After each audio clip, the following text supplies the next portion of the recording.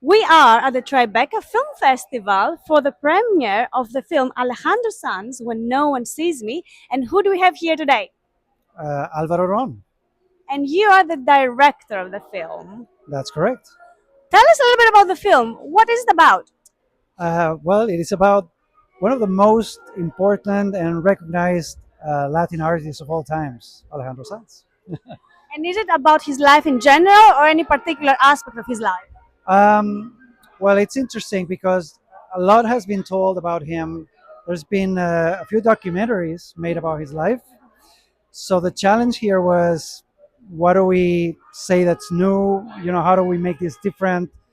Um, and in the process, we found a way to make something like a portrait of him. He's such a genius and an interesting character that we decided to make a portrait. So we're telling parts of his life, but parts of his life that tells us who he is and all the little corners of his soul.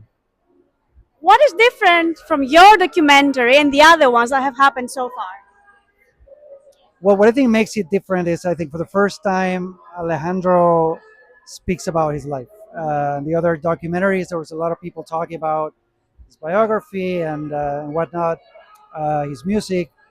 This one, for the first time, I think he opens up about uh, aspects of his private life that he's never done before. So And do you mean his mental health? we talk about it. We definitely, that's the starting point, sort of like the MacGuffin of the story. He's going through, recently went through a rough time, um, and he wanted to talk about it. And it's part of the arc of the story. He starts at a very low point in his life, in his career, probably the lowest point, and he's now touring the whole world again. So yeah, it's a beautiful story of how he came back again and from the ashes like a phoenix.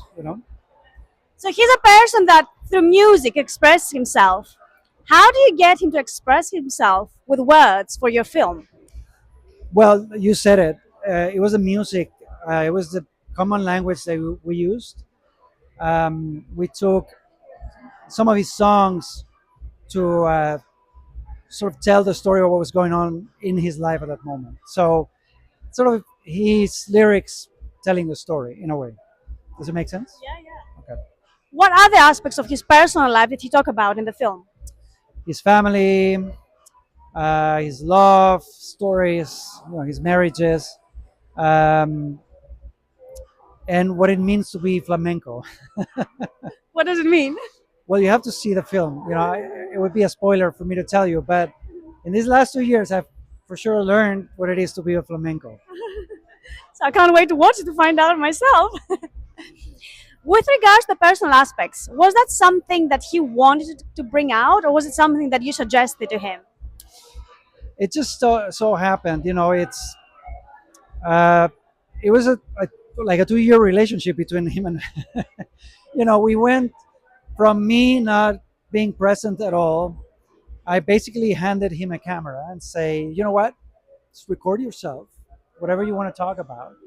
And so he started recording himself, and then little by little, as we got to know each other a little better, I started, getting inside his life and asked him to be interviewing him at his place, which he had never done before. And these were long interviews.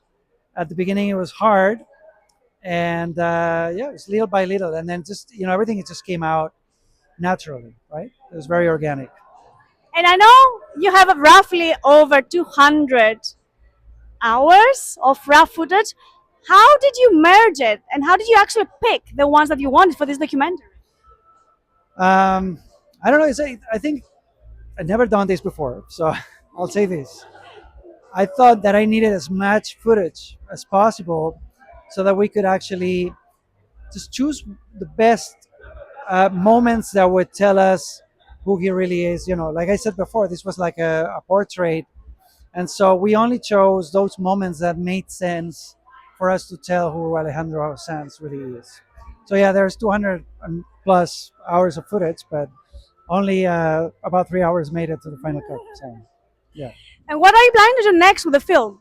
Say again. What are you planning to do next with the film?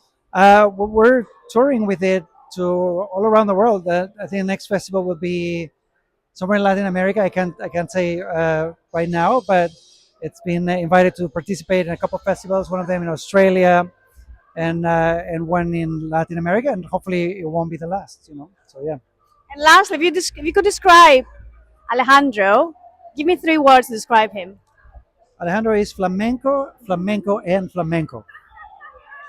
Thank you so much. Thank you.